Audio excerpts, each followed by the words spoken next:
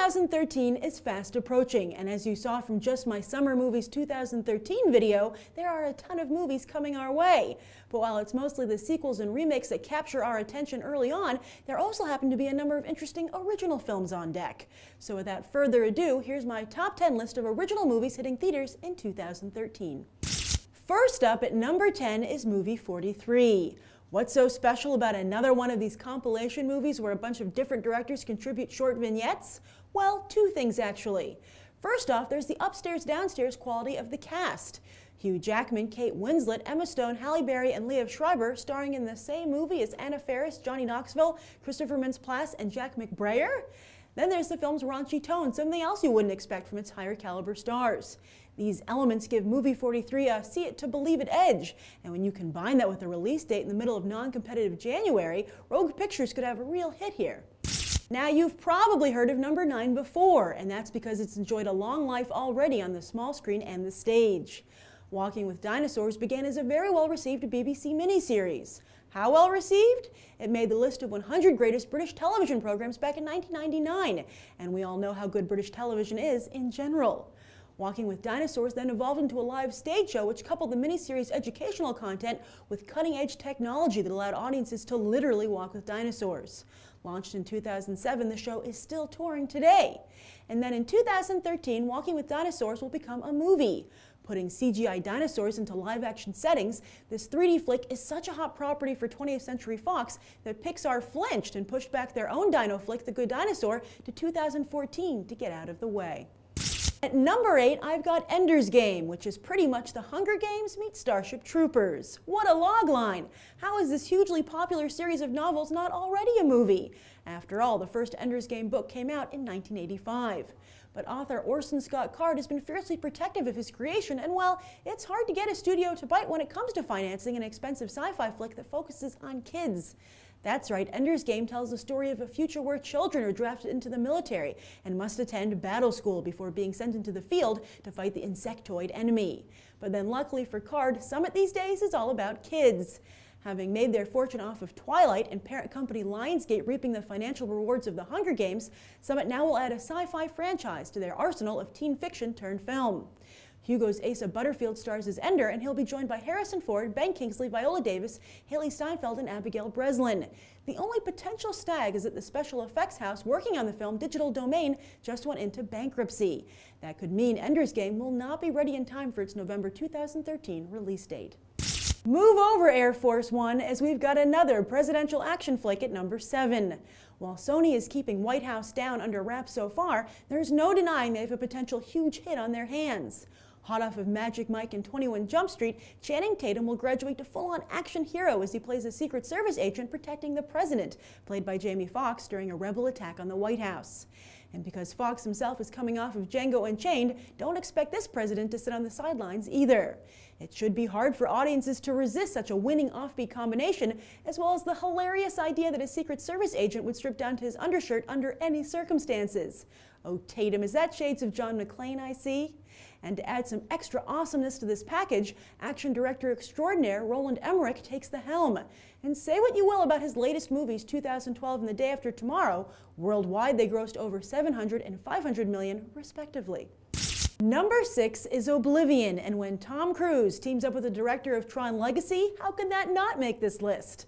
Interestingly though, Oblivion is one of the first films to come out of Hollywood's efforts to engineer their own comic book movies. That is, test their own concepts out on the page before putting them up on the screen. In addition to not having to purchase rights from another creator and publisher, the goal is to also build some pre-movie buzz through the comic. Although, as a comic book reader and reporter, I can tell you that Oblivion hardly made a blip on the industry's radar. So no buzz there. But as I said, the pairing of Cruise and director Joseph Kosinski generates its own buzz, and the comic book step was really unnecessary in the first place. And because it will most likely have awesome visuals a la Tron Legacy, Oblivion is getting the IMAX treatment. The setup is that a lone soldier goes on a mission to a distant planet, only to meet a woman who makes him question not just his mission, but everything he thinks he knows. So it's kind of like Bourne in space. And while there's been little publicity for the film so far, Hollywood has already lent some major credibility to Oblivion by letting it keep its April 19th release date all to itself. Looks like 2013 is going to be a big year for sci-fi. Number 5 is After Earth, another sci-fi soldier flick directed by M. Night Shyamalan and starring Will and Jaden Smith. Now, Will Smith is pretty much the only African-American actor who can open an action movie on his own, literally as he did with I Am Legend, and it'll be interesting to see if he can pass that skill on to his son. And like I Am Legend, Jaden will hold the screen by himself for a good part of the movie, as he must search for his wounded father after they crash land on an apocalyptic Earth. The personal drama here is that Will Smith plays a soldier just returned from an extended tour of duty, and Jaden plays his estranged son who is eager to follow in his father's military footsteps. And if M. Night Shyamalan's involvement gives you pause, you'll be glad to know that he did not write After Earth, marking the first time he's ever directed someone else's script.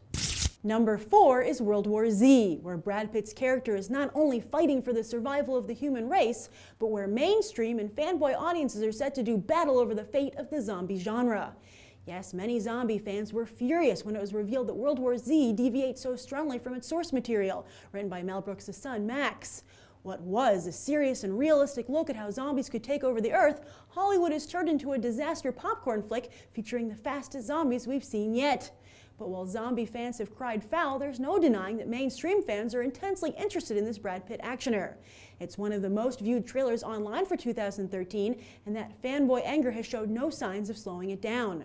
Perhaps it's true what they say, there's no such thing as bad publicity. So not only will we get to see if Brad Pitt can launch himself as an action hero, but if mainstream tastes reflected in box office dollars will be able to wrestle the zombie genre away from the purists. While many movies want to be the next Twilight, The Host seems the most likely candidate, earning it the number 3 spot on this list. Online buzz for the flick is already intense as Twilight author Stephenie Meyer looks to do for Aliens what she did for the supernatural. And while it might appear that The Host features yet another love triangle, this is actually a love square, as Saoirse Ronan plays both a young woman and the alien trying to take over her body. Ronan is greatly in need of a box office hit, but while we know she can do drama thanks to The Lovely Bones and Atonement and action thanks to Hannah, this will be her first shot at romance. Writer-director Andrew Niccol also could use a box office win, having failed to live up to the promise of his directorial debut back in 1997, Gattaca. As for distributor Open Road, they've had some pretty impressive blips on the box office radar already, with The Grey and End of Watch. And if The Host takes off, it could cement the company's bright future, as Twilight did for Summit. Number 2 is Disney's Frozen, which is poised to usher in yet another renaissance for Disney animation, as The Little Mermaid did back in 1989. Disney Animation has found considerable success translating their fairy tale formula to the digital realm with Tangled, and now they're going for a 1-2 punch by making another musical as well. It's no secret that ever since Howard Ashman's tragic death in 1991, Disney has been unable to recreate the magic he brought to iconic hits The Little Mermaid, Beauty and the Beast, and Aladdin.